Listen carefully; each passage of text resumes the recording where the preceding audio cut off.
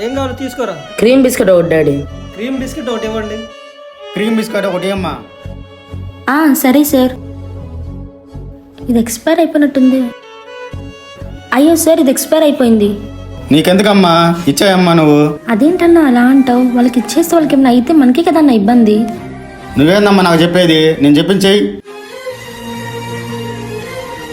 Sir నీకు విషయం చెప్తాను సార్. నీ బిజినెస్ కోసం ఆ బిస్కెట్ ఇచ్చేసావు, వాళ్ళకి ఏమైనా అవుతుందని ఆలోచించావా? అలా చేయకూడదు సార్. అలా చేస్తే ఏదో ఒక రోజు మనకి తగులుతుంది. ముందు నాకు అయినప్పుడు చూద్దాం కానీ సరికి ఏం పోమ్మా.